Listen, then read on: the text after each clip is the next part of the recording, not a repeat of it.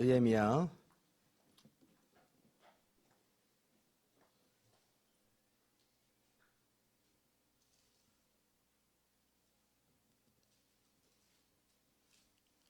1장 말씀.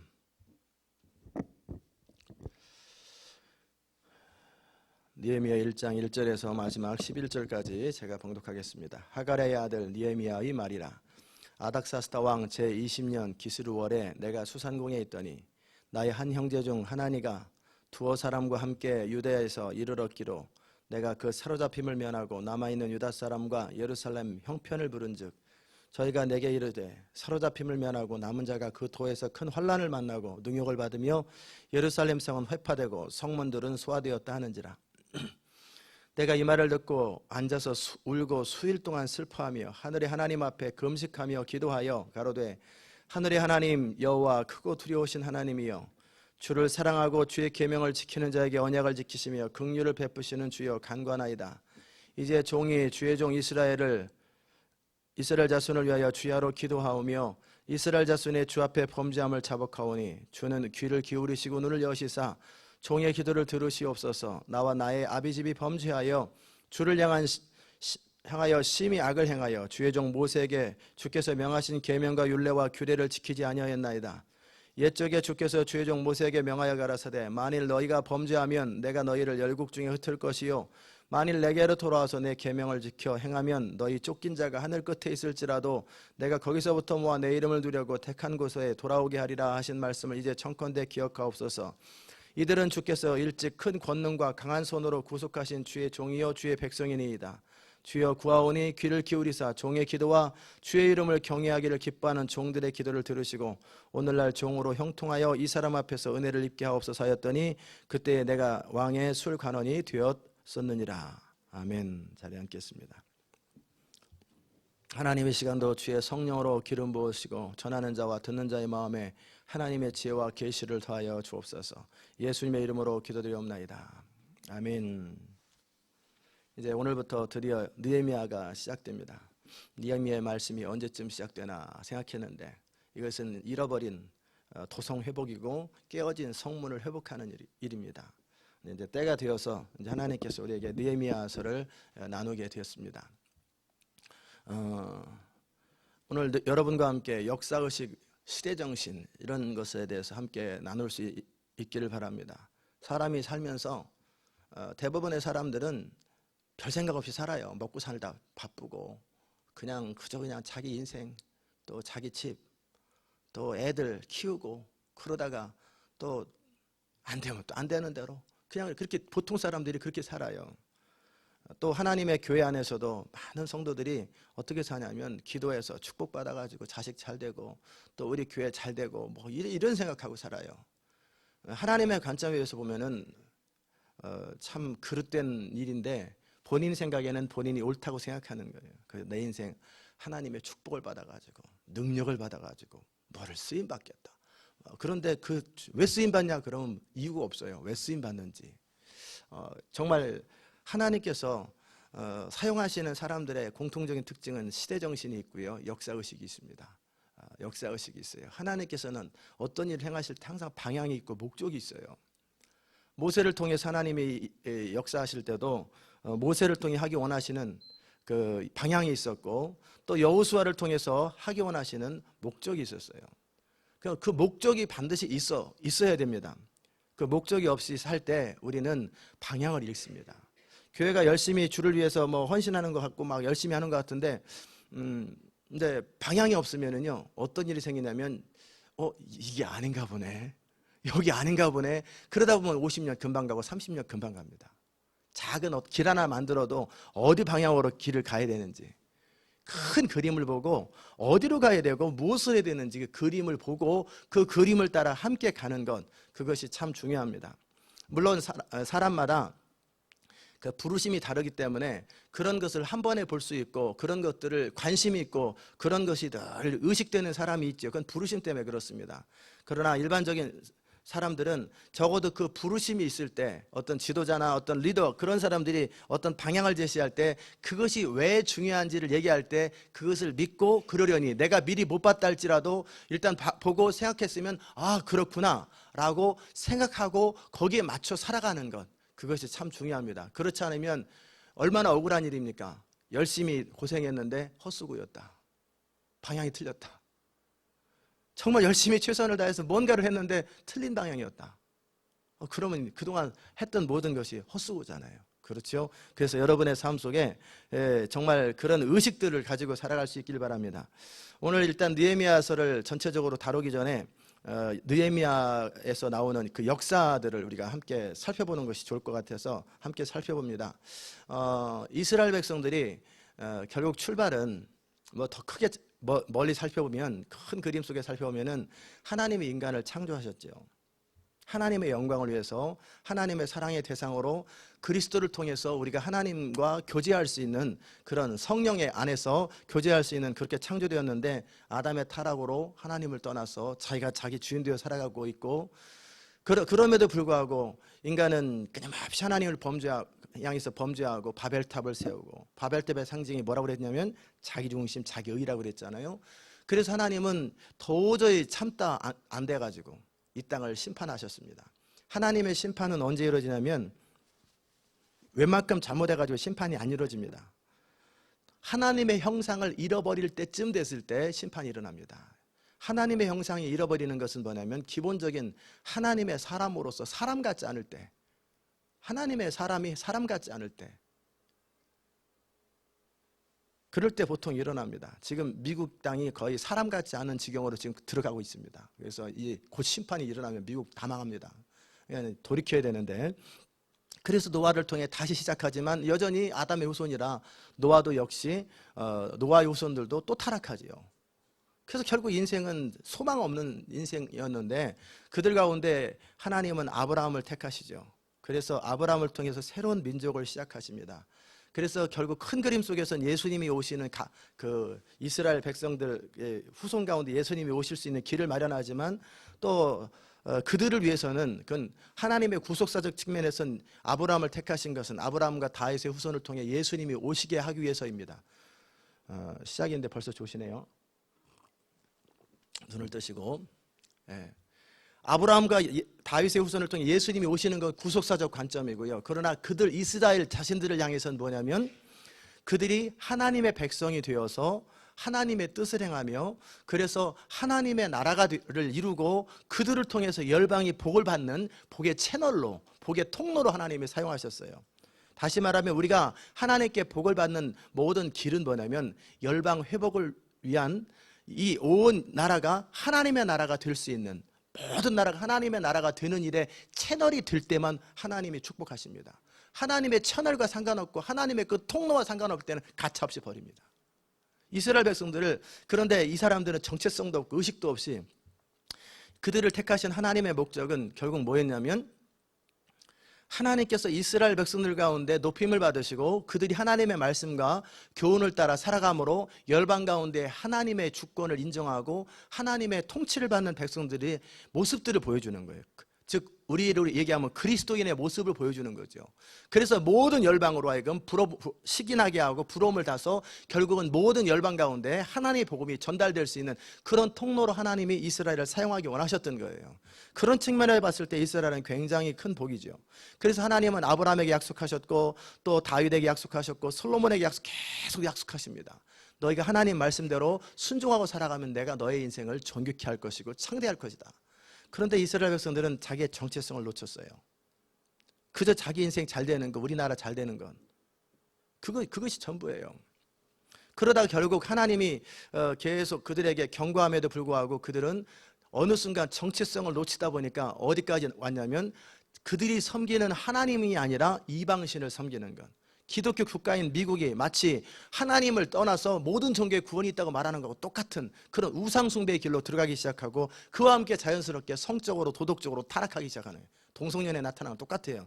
항상 영적으로 타락하면 도덕적으로 타락하게 돼 있거든요. 지금 그런 상태로 가서 계속 경고를 하는데, 경고를 하면 경고할수록 핍박이 시작됩니다.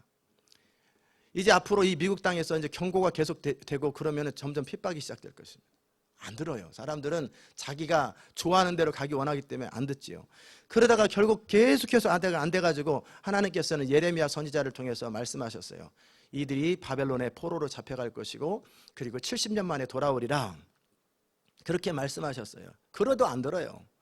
그때라도 회개하면 좋은데 결국은 바벨론 왕 느부갓네살에 의해서 BC 608년에 1차 바벨론 그 포로로 잡혀가고 두 번째는 그 뭐예요? 598년에 2차로 잡혀가고 마지막 멸망한 게 586년 BC 586년에 멸망을 했습니다. 그리고 나서 그냥 바벨론에 잡혀간 거예요. 다 잡혀갔고 그러는 과정 속에 세계사의 흐름은 이제 그 바벨론이 이렇게 있다가 결국 페르시아 왕 고레스에 의해서 키루스 지난번에 우리 고레스 얘기했었잖아요. 아스티게스의 뭐 공주의 아들이었는데 뭐 이렇게 뭐 양치기로 뭐 한참 그 얘기 했었잖아요. 그 사람 고레스에 의해서 페르시아가 이제 세워졌습니다. 그 메대와 바사 중에서 바사가 메대를 정복하고 그래서 전체 제국을 차지하기 시작하면서 그때 이제 이 고레스라고 하는 사람이 이제 바벨론을 멸망시킵니다. 바벨론을 멸망시키고 그래가지고 이제 539년에 드디어 고레스가 바벨론을 멸망시키고 그리고 고레스에 의해서 539년에 칙령을 내립니다. 먼저 원하는 사람들 전부 다 자기 나라로 돌아가고 이 고레스의 특징은 뭐였냐면 아주 평화 정책이에요. 그리고 서로 아시리아나 다른 바벨론 사람들은 강력하게 막 짓밟았는데 이들은 그렇게 하지 않았어요. 결국은 모든 열방과 제국을 통치하기 위해서 협박으로는 안 된다. 그래서 자유를 줍니다. 대신에 조공을 바치고 군사는 없애되 자기 민족의 문화를 유지할 수 있도록 있도록 보니까 유대 지파 사람들도 그들이 돌아가서 유대 나라 돌아가서 성전을 짓고 예배를 드려갈 수 있도록 허락했던 것, 그게 고레스의 칙령입니다. 이것은 이미 다니엘이 70년쯤 됐을 때 하나님 예레미야 선지자를 통해 70년 만에 회복하겠다고 하셨던 하나님, 이제 70년이 다 됐습니다. 주님, 우리 이 유대 민족을 회복시켜달라고 그랬을 때 그 시점에 맞춰가지고 고레스가 딱 그 회복시켰던 거예요.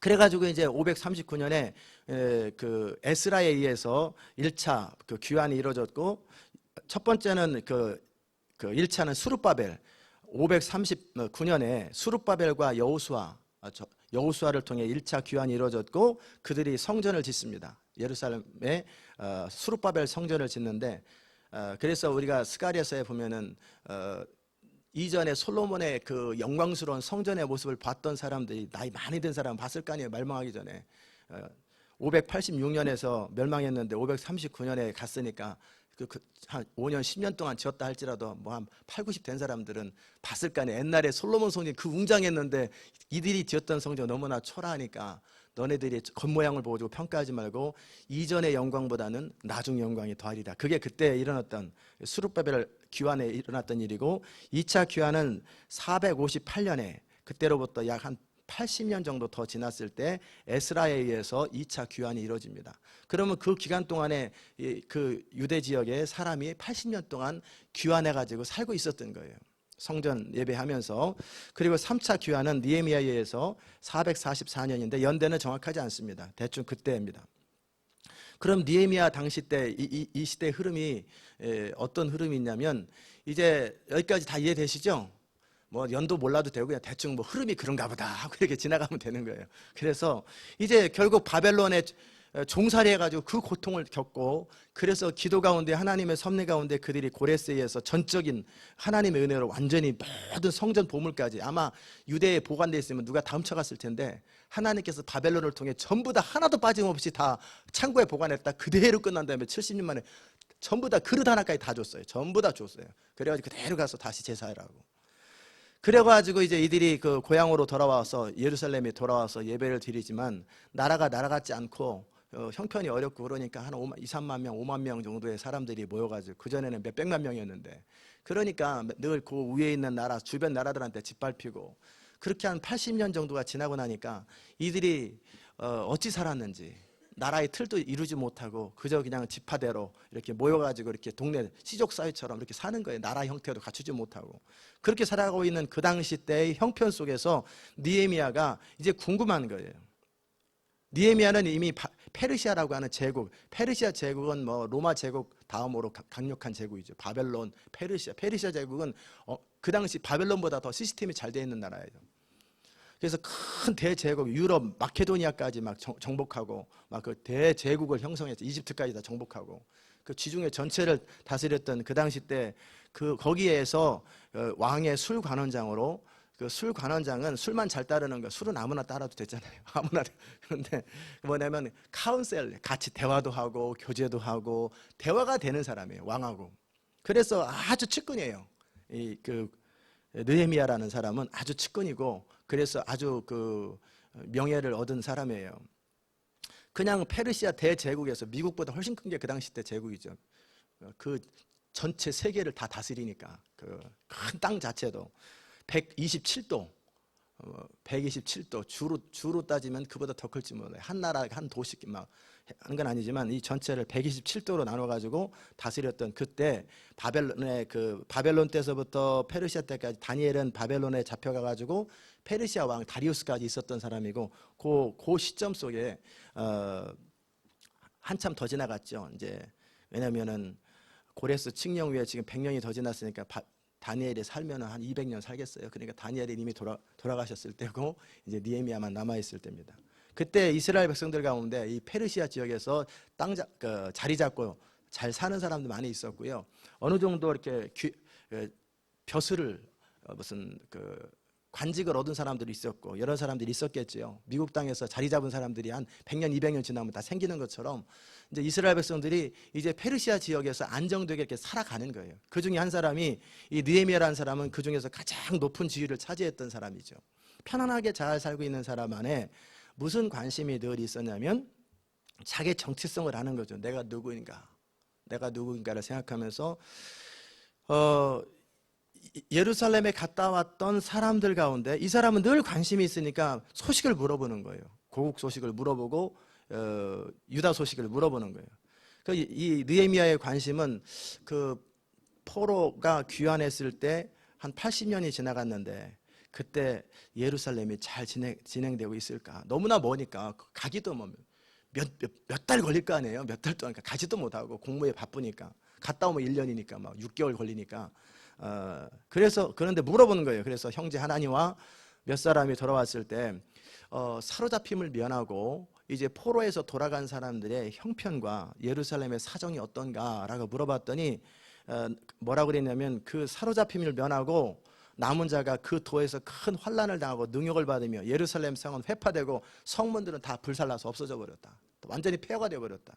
왜냐하면 그 당시 상황이 그 위에 있는 사마리아 지역에 나중에 뒤에 보면 산발라도 나오고 도비아도 나오잖아요. 이 사람들이 다 이 사람들이 북이스라엘 출신일 거예요. 그런데 산발랏이라는 이름 마치 다니엘이 사드락, 메삭, 아벳느고 이렇게 벨사살 이렇게 이름을 붙이는 것처럼 바벨론식의 이름을 부르긴 했지만 산발랏과 도비아는 이제 역사에 의하면 그 북쪽 사람들이에요. 북쪽 이스라엘 사람이고 사마리아 사람들이에요. 그들은 그들 나름대로 거기서 총독처럼 거기 땅을 다스리고 있는데 그러니까는 뭐 그들 입장에서 밑에 뭐 지도자도 없는 조무래기들 몇만 명 있는 거 그냥 통치해버리고 그냥 원하면 다 부셔버리고 그러는 거예요. 그래가지고 그들이 결국 예루살렘에 모여있는 사람들 느헤미야가 생각할 적에는 북쪽의 사마리아 사람들은 아니고 정말 신앙의 정통성을 지키고 그 다음에 순결을 지키며 예루살렘 하나님의 백성으로서의 그 순결을 계속 지켰던 그 사람들만이 정체성을 가지고 있다고 생각하고 있었는데 그들이 다 멸망되어 있고 다 무너져 있다는 사실을 바라보면서 이 느헤미야는 심히 울고 슬퍼하고 통곡을 합니다. 그래서 수일 동안을 울고 슬퍼하고 통곡하면서 하나님 앞에 금식하고 기도하는 거죠. 가로되 하늘의 하나님 여호와 크고 들어오신 하나님이여 주를 사랑하고 주의 계명을 지키는 자에게 언약을 지키시며 긍휼을 베푸시는 주여 내가 주님을 사랑하고 주의 계명을 지키는 자입니다. 제가 기도할 때 저의 기도를 들어달라 그 말입니다. 이제 주의 종 이스라엘 자손을 위하여 주야로 기도하오니 그리고 이스라엘 자손의 그 죄를 내가 자복하는 거예요. 대신 자복하는 거예요. 주는 귀를 기울이며 눈을 여시고 종의 기도를 들으시고 나와 나의 아비 집이 범죄하여 주의 앞에서 심히 악을 행하여 주의 종 모세에게 명하신 계명과 율례와 규례를 지키지 아니하였나이다 라고 하나님 앞에서 이스라엘 전체의 죄악과 이 시대의 죄악을 회개하는 것입니다. 8절에 보면은 옛적에 주의 종 모세에게 명하여 가라사대 주께서 명하시기를 만일 너희가 범죄하면 내가 열국 중에 흩을 것이, 그래서 우리가 흩어졌습니다. 이렇게. 그러나 만일 너희가 내게로 돌아와서 내 계명을 지켜 행하면, 회개하면 너희 쫓긴 자가 하늘 끝에 있을지라도 내가 거기서부터 모아 내 이름을 두려고 택한 곳에 돌아오게 하리라, 예루살렘 땅에 돌아오게 하리라 하신 약속의 말씀을 청컨대 기억하옵소서. 그리고 이제 이들이 정체성을 얘기합니다. 이들은, 이 이스라엘, 우리는 주께서 일찍 큰 권능과 강한 손으로 구속하신 주의 종이요 주의 백성이니이다. 우리가 누굽니까? 하나님의 백성 아닙니까? 주여 구하옵나니 귀를 기울이사 종의 기도와 주의 이름을 경외하기를 기뻐하는 종들의 기도를 들으시고 오늘날 종으로 형통하여 이 사람 앞에서, 이 사람은 왕입니다. 아닥사스다 왕이죠. 이 사람 앞에서 은혜를 입게 하옵소서 하였더니 그때 나는 왕의 술관원이 되었었느니라. 이걸 또 어떤 분은 이렇게 기도했더니 술관원이 되었다, 그게 아니고 이 과거잖아요. 이거는 술관원으로 살고 있는 당시에 이런 일을 겪었다, 그런 얘기입니다. 이게 오늘 전체적인 그 말씀의 배경입니다. 여기서 여러분과 함께 나눠야 될 것, 결국 우리가 이 시대 가운데 살잖아요.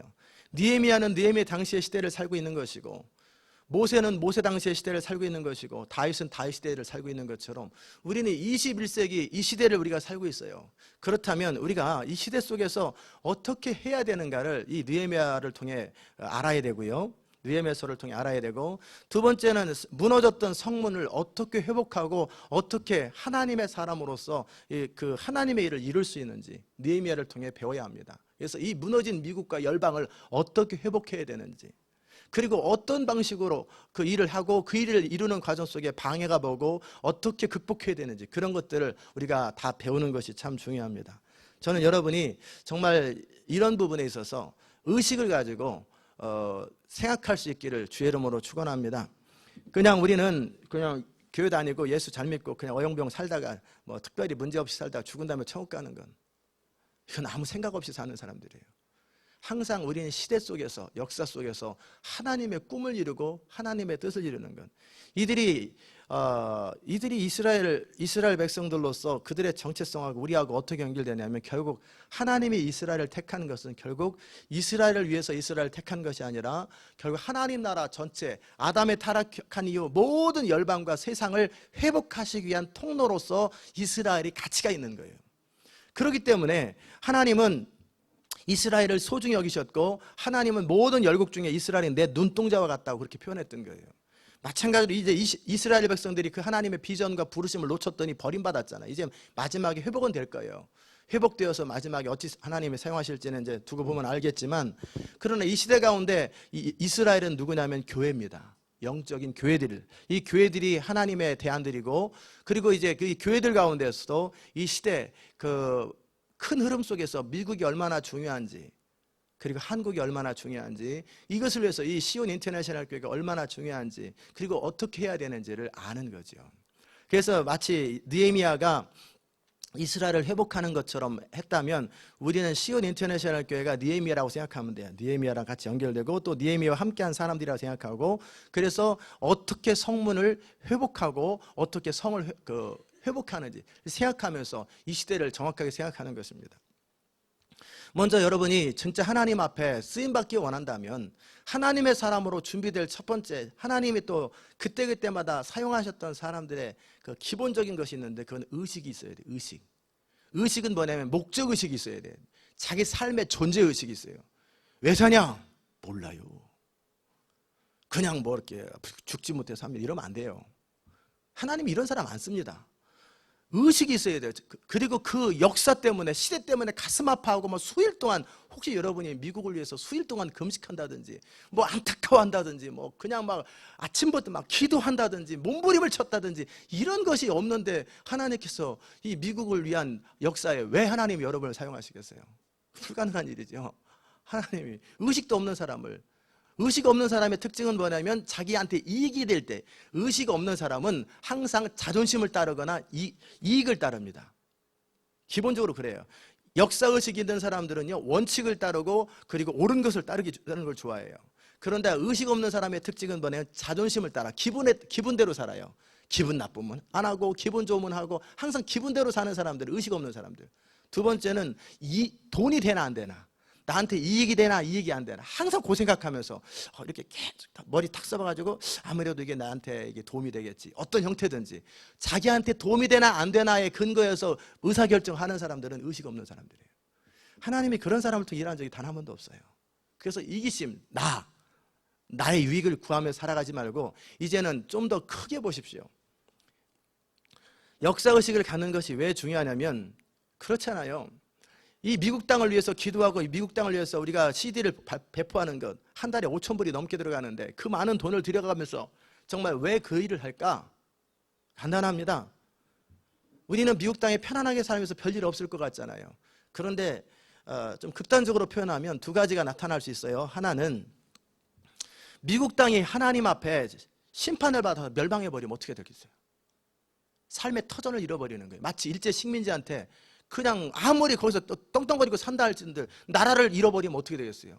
결국은 어렵잖아요. 공산주의가 딱 쳐들어오면 어떻게 돼요? 가장 똑똑하고 부자들 싹 죽이잖아요. 싹 죽이고 그냥 힘없는 사람만 남겨놓고 그런 어떤 흐름이 오는 거예요.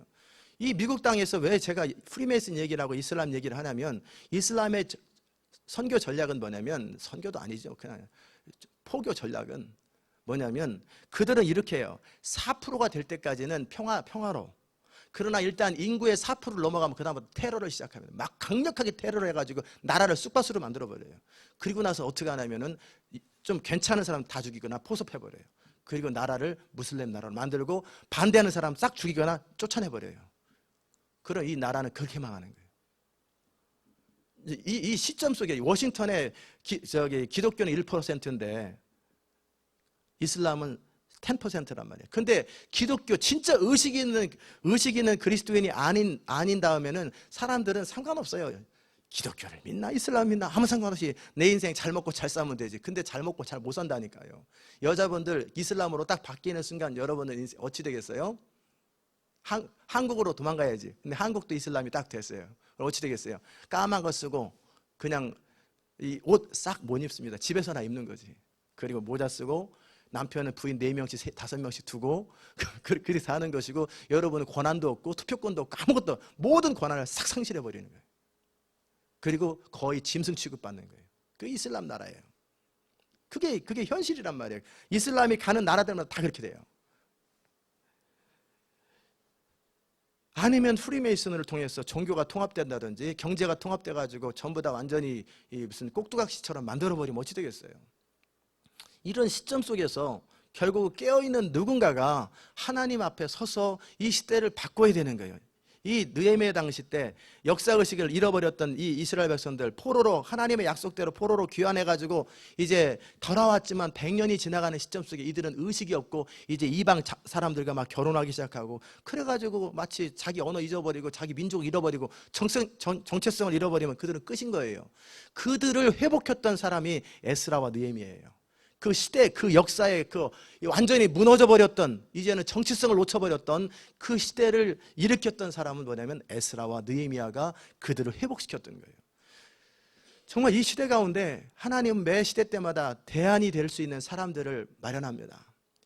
하나님의 교회는 그저 착한 일하고 지역사회 도움, 그게 하나님의 교회가 할 일이 아니에요.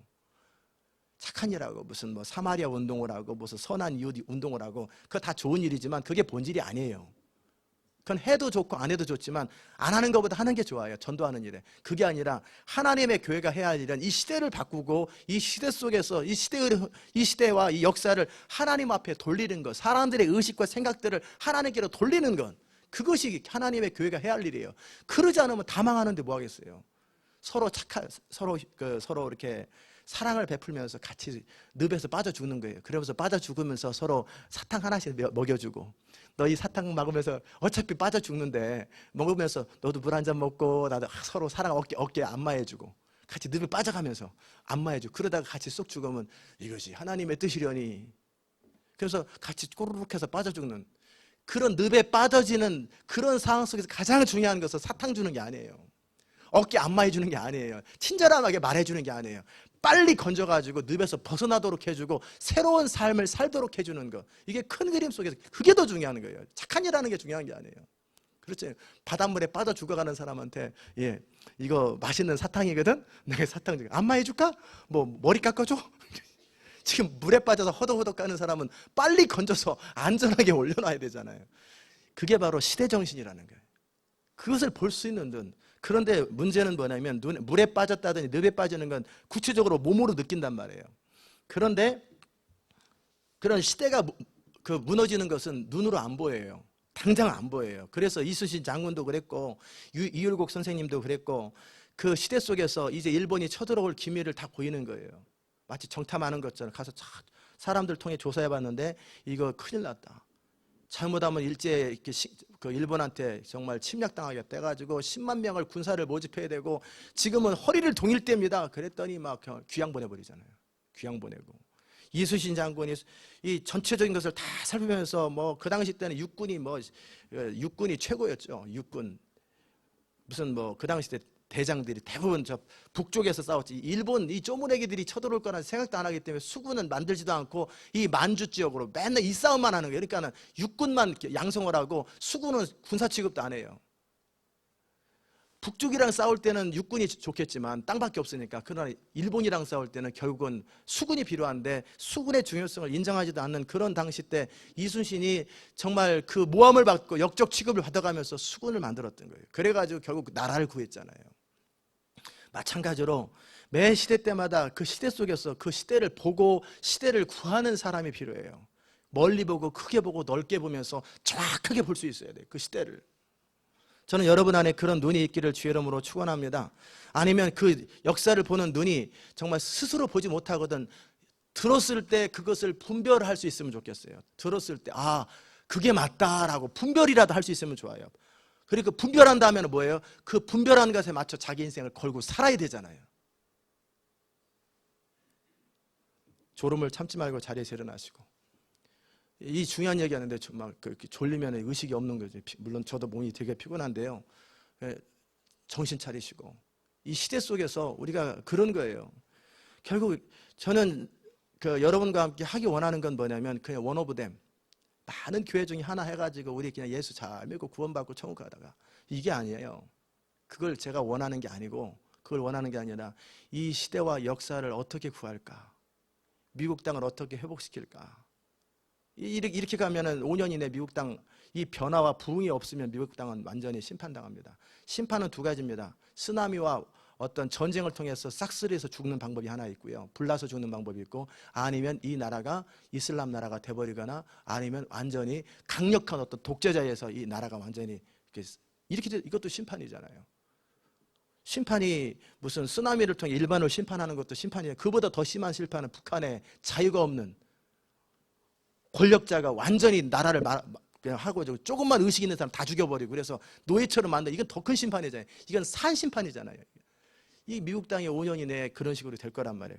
2, 3년, 4, 5년 내에 이 미국 땅을 바꿔야 돼요. 흐름을 바꾸지 않으면 미국 땅은 어렵다고 그렇게 아무리 늑대가 나타난다고 얘기를 해도 늑대가 나타나는가 보다 아무 생각 없어요. 늑대가 나타납니다. 늑대가 나타납니다 라고 해도 그런가 보다 하고 별 생각 없이 사는 이게 제 봤던 많은 목회자들과 많은 성도들의 모습이에요.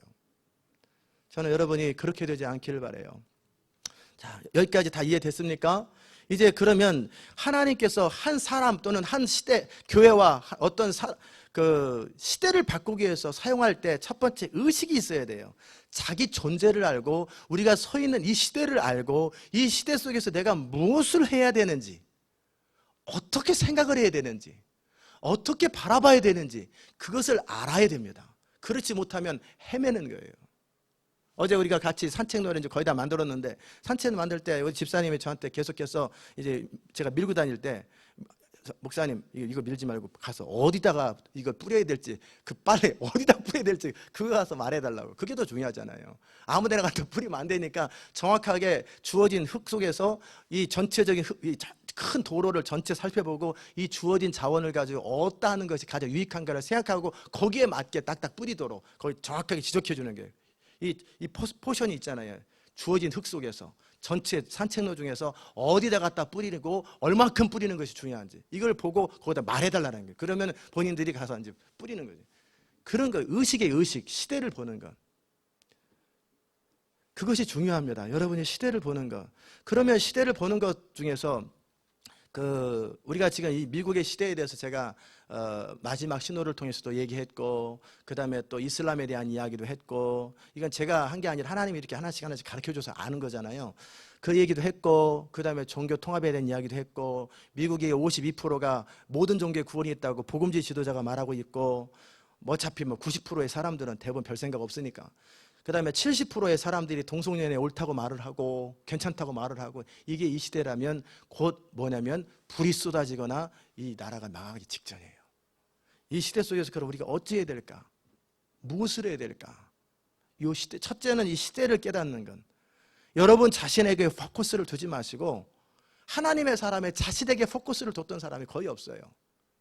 자신은 하나님의 도구로 쓰임받는 거죠. 그리고 하나님이 자기를 사용할 수 있도록 자기를 준비하는 것이 중요하고, 그 나머지는 이 시대와 역사와 흐름을 바라봐야 돼요. 이것을 바라보면서 내가 무엇을 준비해야 될까?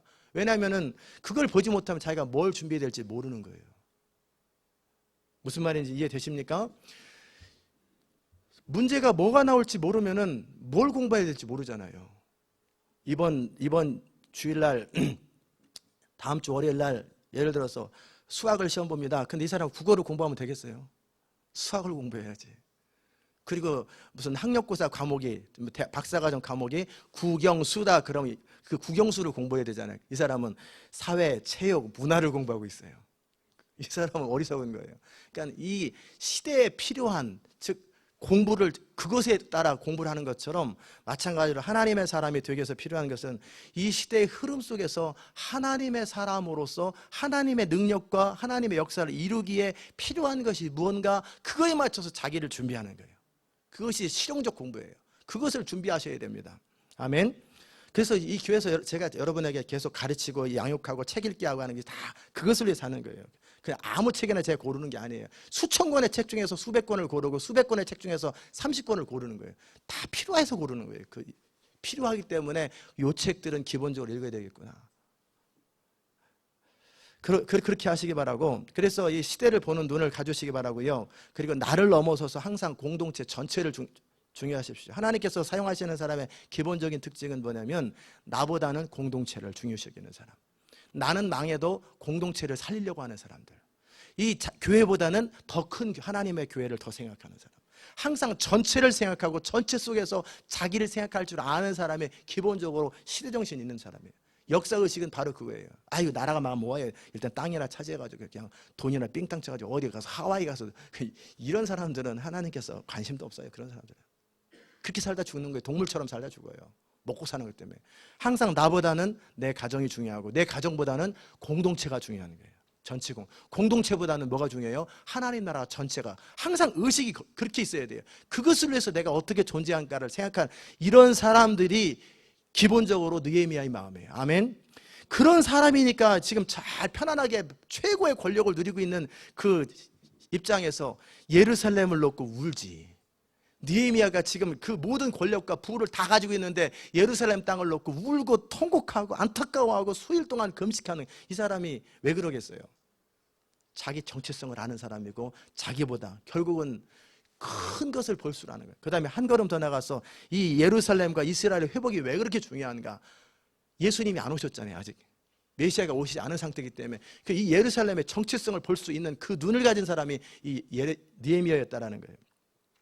그런 다음에 이 사람은 이제 그 다음에 이렇게 의식이 있는 사람들이 있는데, 이 의식이 있는 사람들 중에서 액션을 구체적으로 취할 때 다양한 방법으로 나옵니다. 첫째는 전태일 씨처럼 분신자살하는 사람도 있고요. 또 간디처럼 감옥에 갇히는 사람도 있고요. 또는 민주화 운동을 하고 무슨 학생 운동을 하고 이런 사람들이 있고, 또 시대에 따라 다르지만 일제시대 때는 독립투쟁을 하는 사람들이 있고요. 다 사람마다 이 시대와 역사를 살리기 위해서 그들이 어떻게 하는 것이 옳은 일인가를 다 판단하죠. 왜냐하면 의식은 있어요. 하나님 의식이 있고 시대를 알고 역사를 알아요. 그런데 그 역사를 접근하는 방법, 어떻게 그 역사를 이룰까, 그 이루는 방법에 있어서 그게 그 사람의 또 필라소피예요. 어떻게 접근할까. 저는 청년 때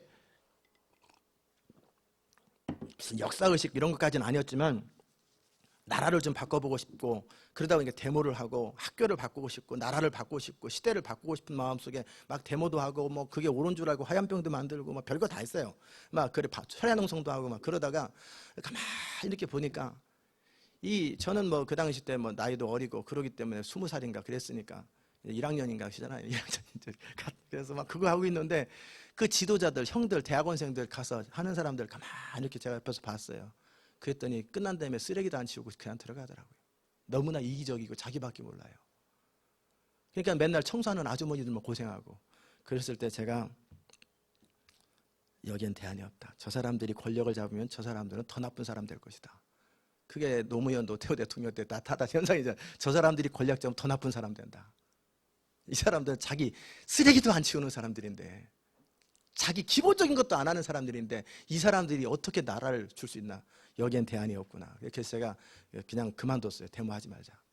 데모하지 말자. 이런 건 의미 없다. 데모를 통해 역사는 안 바뀐다. 그러다가 신학교 들어가면서 제가 생각했던 게, 진짜 나라를 바꾸려면 차라리 간디처럼 해야 되는데, 데모하는데 가만히 보면 어떻게 하냐면 사람들이요 막 화염병 던지고 그러잖아요. 똘마니들만 가서 잡히고요, 본인들은 안 가요. 그리고 뒤에 있다가 벌써 도망가 버려요. 다 숨어 버려요. 맨날 애들 이래가지고 데모가 안 이루어지는, 진짜 나라를 바꾸고 본인은 본인 살겠다고 하지만 그거는 아니에요. 지도자들이 잡혀야 돼요. 그래가지고 간디처럼 감옥에 갇혀요. 막 갇히는 거예요. 그러면은 그 다음 사람도 막 데모 흉내내다가 막 갇혀서 100만 명만 갇혀보세요. 감옥에 200만 명을 감옥에 싹 갇혀보세요. 그럼 나라 뒤집어집니다. 근데 아무도 손해 안 보려고 하고 목소리는 내는데 손해는 안 보려고 그래. 교회도 그러잖아요. 어쩌고저쩌고 의견 내는데 그럼 당신부터 희생하지, 재산 털지, 그러면 벌써 교회 떠나요. 이건 능력 없는 거예요. 자기 것을 희생할 줄 아는 사람, 자기 것을 기꺼이 내고 기꺼이 감옥에 갇힐 수 있는 사람 있잖아요. 간디처럼, 넬슨 만델라처럼 그냥 감옥에 본인이 보통 갇혀야지. 그래야 그 다음 사람이 갇히고 그 다음 사람이 갇히고 그 다음 사람이 갇히고 계속 갇혀야 되잖아요. 그럼 나라 바뀝니다. 그 얘기를 딱 들으면서 진짜 중요한 것은 섬김이고, 두 번째는 본인이 말한 대로 실천하고 먼저 죽는 거다. 전진 앞으로가 아니라 나를 따르라. 본인이 먼저 죽어야 돼요.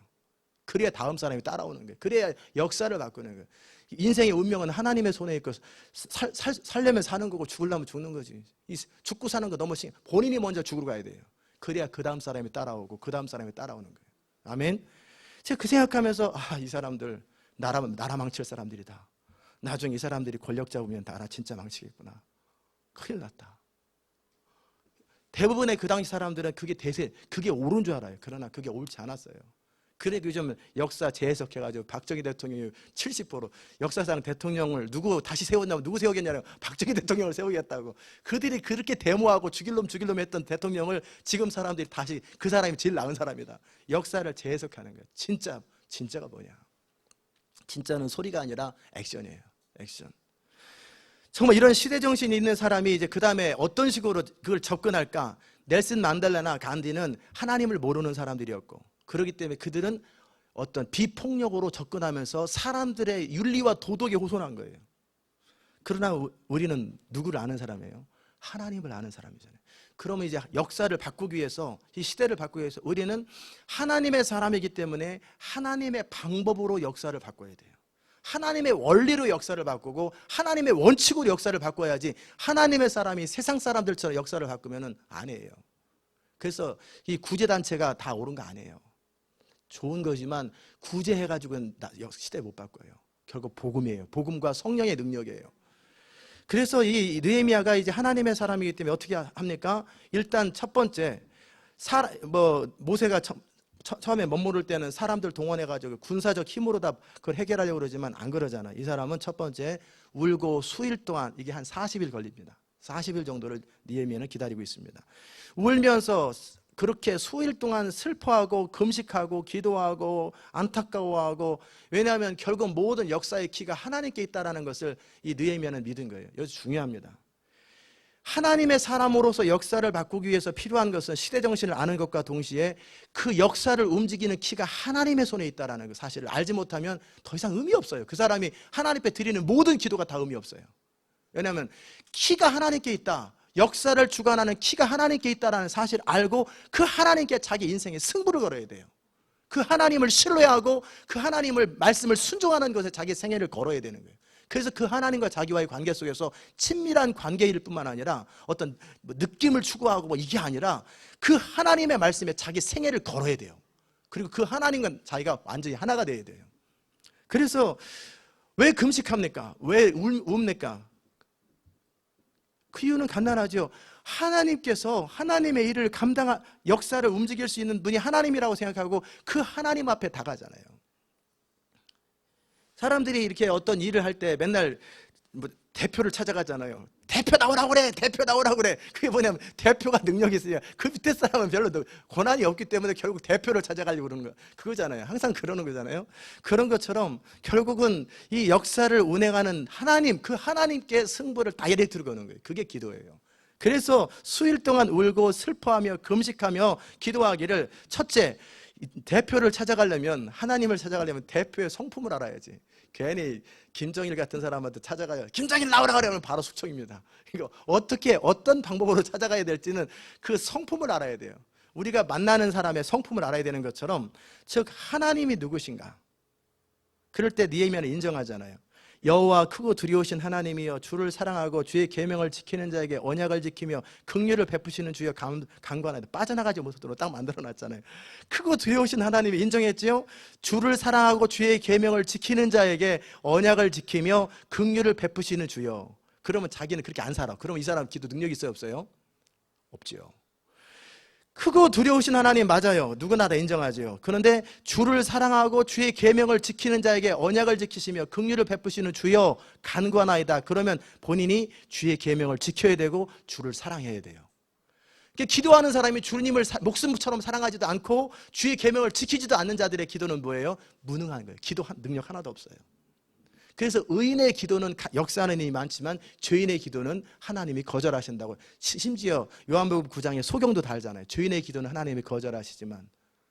예수님이 병 고쳤을 때 그런 얘기 하는 거예요. 즉 우리가 하나님 앞에 기도하려면 먼저 내가 하나님의 사람이 되어 있어야 돼요.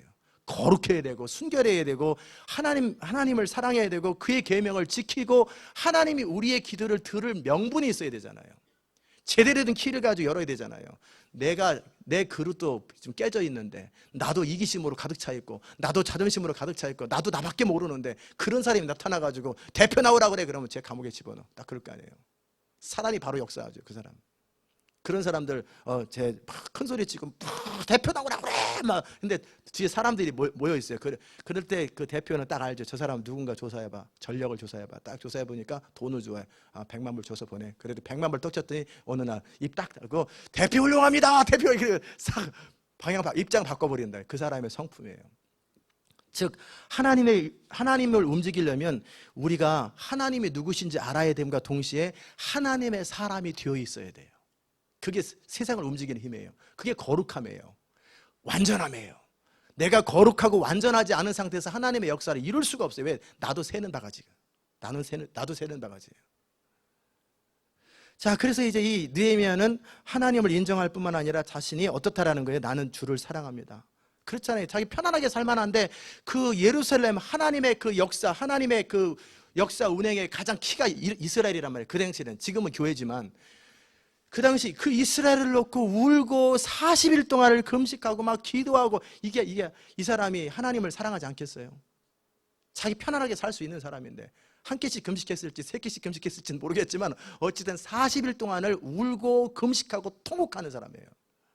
그리고 그의 계명을 지키고 필요하다면은 자기 목숨을 거는 거예요. 왜냐하면 아닥사스도 왕이 칙령을 내려가지고 뭐 이렇게 자기 정책이 있었단 말이에요. 지금 이 느헤미야가 다음 주에 보겠지만 아닥사스다 왕에게 건의하는 건 뭐냐면 그 왕의 원칙을 지금 깨는 거예요. 바꾸는 거예요. 정면으로 승부를 걸고 목숨을 걸고 승부를 거는 거예요. 자기 지위를 거는 거예요. 하나님의 일을 감당하려면 자기 존재를 걸어야 돼요. 자기 지위, 포지션을 다 걸어야 돼요. 자기는 가능하면 손에 안 볼 만큼 범위 안에서 주의를 하는 사람들은 주의를 못해요. 자기 존재를 걸어야 돼요. 자, 그리고 나서 이 사람 6절에 뭐라고 그러냐면, 이제 종이 주의 종 이스라엘 자손을 위하여 주여로 기도하오며 이스라엘 자손의 주 앞에 범죄함을 자복하오니 주는 기울이 기울이시고 눈을 여시고 종의 기도를 들으시옵소서. 나와 나의 아비 집이 범죄하였나이다. 이게 뭐를 또 아는 거냐면, 이 미국 땅을 깨우기 원하는 사람은 미국의 죄가 나의 죄라고 느껴져야 돼요. 일단 먼저 하나님의 사람으로 내가 바로 서야 되는 건 물론이고, 이 주권, 키가 하나님께 있음을 알고 하나님의 성품을 알고 그 하나님의 사람으로 살 뿐만 아니라 이 시대의 죄악이 바로 나의 죄악이고, 내가 한 것이 아니라 내 부모가 했고 내 조상들이 했고 이 미국계에 사는 사람이 저질렀다 할지라도 적어도 미국을 바꾸려면 그것이 내가 잘못했다라고 하는 사실을 느끼는 사람이어야 돼요. 그것 때문에 회개하고 그것 때문에 자복하고 기도할 줄 알아야 돼. 이게 시대정신을 가진 사람들이에요. 아멘. 그래서 주를 향하여 심히 악을 향하여 주의 종 모세에게 주께서 명하신 계명과 율례와 규례를 지키지 않았나이다. 그리함으로 우리가 이런 일을 겪습니다. 그리함으로 이런 비참한 아브라함의 후손 다윗의 후손이 이런 비참한 일을 겪습니다. 주님, 이것은 바로 하나님 잘못이 아니고, 다른 대부분의 사람들은 하나님이 안 도와서 그랬다고 하나님을 원망하고 말잖아요. 그러나 느헤미야는 이것은 하나님의 잘못이 아니라 바로 우리의 잘못이고 우리 조상들의 잘못입니다. 주님, 용서해달라고. 그리고 나서 8절에 하나님의 약속을 붙듭니다. 이제는 하나님의 성품을 붙들고 거룩하게 살고 이 백성의 죄와 역사의 죄를 대신 회개하면서 그 다음에 뭐를 하냐면 하나님의 약속으로 돌아갑니다. 그리할지라도 옛적에 주께서 주의 종 모세에게 명하여 가라사대 만일 너희가 범죄하면 내가 너희를 열국 중에 흩을 것이라 말씀하셨습니다. 그래서 이렇게 흩어졌고 그렇게 비참합니다. 그러나 만일 내게로 돌아와서 하나님께로 돌아와서 하나님의 계명을 지켜 행하면 너희 쫓긴 자가 하늘 끝에 있을지라도 내가 거기서부터 모아 내 이름을 두려고 택한 곳에 돌아오게 하시리란 이 말씀을 청컨대 기억하옵소서. 하나님의 말씀, 약속의 근거를 두고 기도하는 거예요. 말씀에 근거하는 기도. 그리고 나서 또 한 걸음 더 나가서 하나님이 거절하실 수 없을 만큼, 하나님이 몰라서 그런 게 아니라 기도하는 사람이 의식을 가지고 기도하는 거죠. 이들은 이 이스라엘 백성들이 그냥 없어져도, 페르시아나 다른 나라들처럼 없어져도 되는 백성이 아니지 않습니까? 이 백성은 주님께서 친히 큰 권능과 강한 손으로 출애굽을 시켜서 시내산 계약을 통해서 하나님과 언약을 맺었던 백성 아닙니까? 그래도 하나님께서는 계속해서 남은 자를 구원하시겠다고 말씀하셨고 대부분은 멸망시켰지만 남은 자들을 통해 메시아가 온다고 하셨던 그 백성 아닙니까? 이 메시아가 오셔야 되는데 아직 안 오셨는데 이 백성들을 회복시켜야 되지 않습니까? 정확한 의식을 가지고 기도하는 거예요. 아멘. 그리고 11절에 주여 구하옵나니 귀를 기울이사 종의 기도와 주의 이름을 경외하기를 기뻐하는 종들의 기도를 들으시고 오늘날 종으로 형통하여, 그 다음에 이제 구체적인 방법을 취합니다. 어떻게 해요? 이 의식을 가지고 하나님 어떻게 해주세요가 아니라 그 다음에 하나님께서 어떻게 해야 될지를 아는 거예요. 그래가지고 구체적인 액션을 취하는 거예요. 내가 이제 아닥사스 땅을 만나가지고 그 사람한테 말을 했는데 에스더처럼 왕이 호를 내밀지 않으면 죽는 거 아니에요. 마찬가지로 아닥사스다, 네가 심히 건방지도다. 네가 나의 총애를 입는다고 감히 내가 이미 한 번 말한 것을 번복하려고 하느냐? 쟤 뭐야? 죽여라. 너무 컸다. 이렇게 딱 죽이면 그냥 모든 자기의 지위와 모든 것들을 싹 잃어버리는 거예요. 그것을 각오하고 40일 동안 작정을 하고 기도하고 하나님 앞에 울부짖으면서, 그리고 나서 하나님의 은혜를 구하고 왕 앞에 정확하게 나가는 거예요. 그러면서 때를 기다리는 거예요. 하나님의. 사랑하는 여러분, 이 시대를 바꾸고 역사를 바꾸는 것은 느낌으로 되는 건 아니고 열정으로 되는 거 아니에요. 정말 우리 안에 의식이 있어야 돼요. 이 마지막 시대적 부흥의 통로로 쓰임받는다. 의식이 있습니까, 여러분이? 이 미국과 열방을 회복해야 된다라는, 필요하면 그것을 여러분의 전재산을 드릴 만한 의식이 있습니까? 인생을 드릴 만한 의식이 있습니까? 그런 의식이 있어야 돼요. 그리고 이 땅과 열방을 위해서 정말 내가 어느 정도 가슴 아파하나, 내가 뭐 때문에 울고 뭐 때문에 속상하고 나의 모든 에너지와 관심이 어디에 있는가? 나의 모든 에너지와 관심이 어디에 있는가? 나라와 역사와 민족을 위해서는 울지 않으면서도 자기 집안에 애가 아프다든지 부모가 힘들다든지 뭐 자기 인생에 뭐 어려운 일이 있다니 울부짖고 막 하나님하고, 그럴 때는 막 금식하고 때를 쓰고 막 그런다든지, 이 나라의 이 시대를 바라보면서 하나님의 명예가 훼손됐을 때는 가슴 아파하고 화가 안 나면서도 누가 자기 자존심을 건드리면 화가 나죠. 싸우자고 덤벼드는 그 사람이 무슨 역사의식이 있어요? 아무 생각이 없는 거지. 필요하면 다 참아야죠. 다 극복해요. 기꺼이 손해를 봐야죠. 하나님의 영광을 위해서 이 시대 앞에서 이 땅 미국을 회복시키는 일. 그래서 제가 기도하는 거죠. 저것도 하나 제대로 못하는데 요즘 잘해요, 많이들. 근데 아직도 안 하고 버티는 분 있지만, 저거 하나도 못하는데 무슨 역사의식을 가지고 시대를 바꾸겠다고 시리아에 대해 안수하고 기도하는, 이거 하나가 얼마나 중요하다고요. 하나님의 비전을 붙드는 게 얼마나 중요하다고요.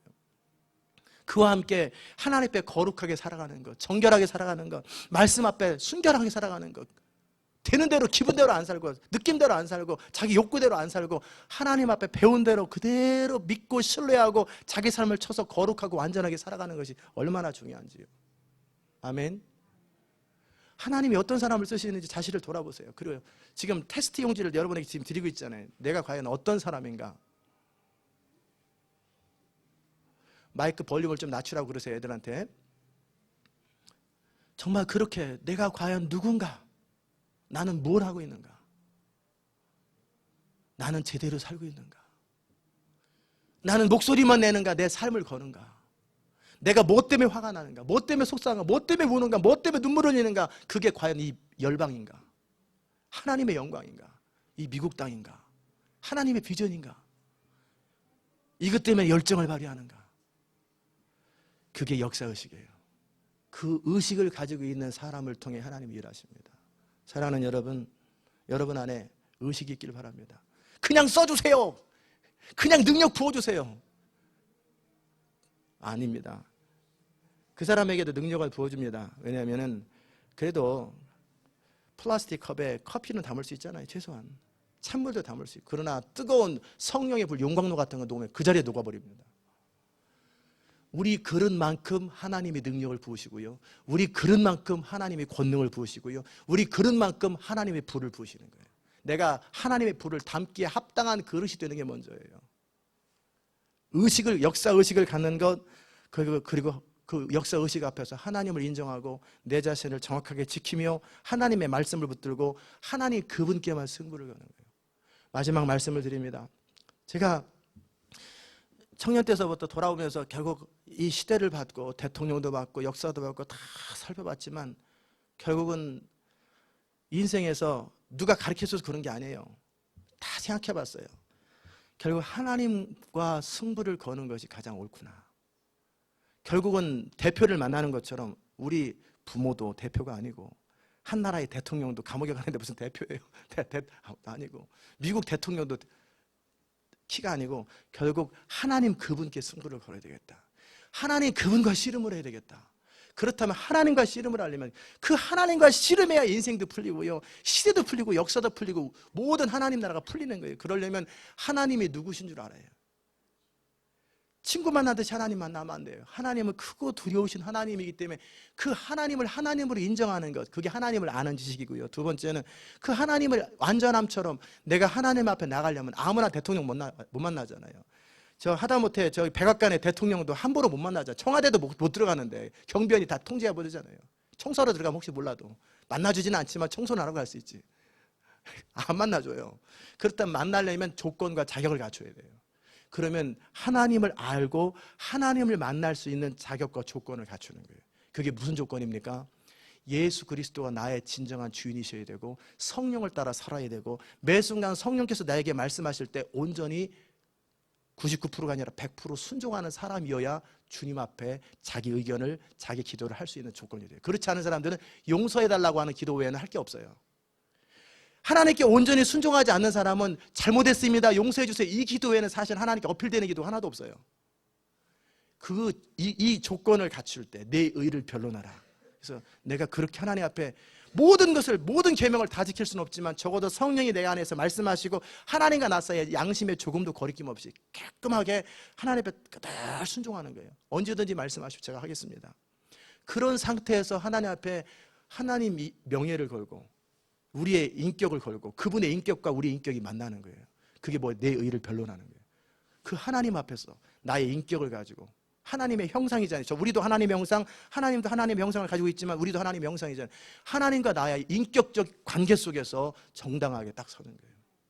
애가 아버지 앞에서 할 거 다 하고 시키는 거 다 하고, 아버지 다 했습니다, 이제 약속을 이루어 주시죠. 그러면 이제 3살 먹은 애가 그래도 해줘야 되잖아요. 해주는 것처럼 우리가 할 일을 다 하고 나서 하나님 앞에 하나님의 말씀을 붙들고 씨름하는 거예요. 씨름하고. 그럼 하나님이 물어봅니다. 그러면 내가 그것을 너를 통해 하기 원할 때 너가 너의 존재를 걸 수 있느냐? 예, 나는 기꺼이 포지션 벗어날 수 있고 감옥에 들을 준비되어 있고 난 죽을 준비가 되어 있습니다. 나의 모든 걸 희생할 준비가 되어 있습니다. 딱 하나님 앞에 서는 거예요. 그게 모세잖아요. 그게 느헤미야잖아요. 그게 다윗이잖아요. 그렇게 할 때 하나님께서 그 모든 것을 다 살피시고 하나님이 그들에게 하나님의 어노인팅 기름을 붓는 거예요. 하나님의 시대의 역사를 그 사람에게 딱 맡기는 거예요. 이해되셨습니까? 역사의식을 가지시고 하나님 앞에서 그냥 덮어놓고 울지 말고, 덮어놓고 동정심을 가지고 하지 말고, 시대를 분별하고 역사를 분별하면서 내 자신을 분별하고 내가 어떻게 살아야 되고 무엇을 해야 되는지 알고 정확하게 설 수 있기를 주의 이름으로 축원합니다. 기도하십시다. 하나님 아버지 감사합니다. 우리가 이 땅에 살아가는 동안에 우리는 21세기를 살아가고 느헤미야는 그 당시 BC 445년대를 살아갑니다.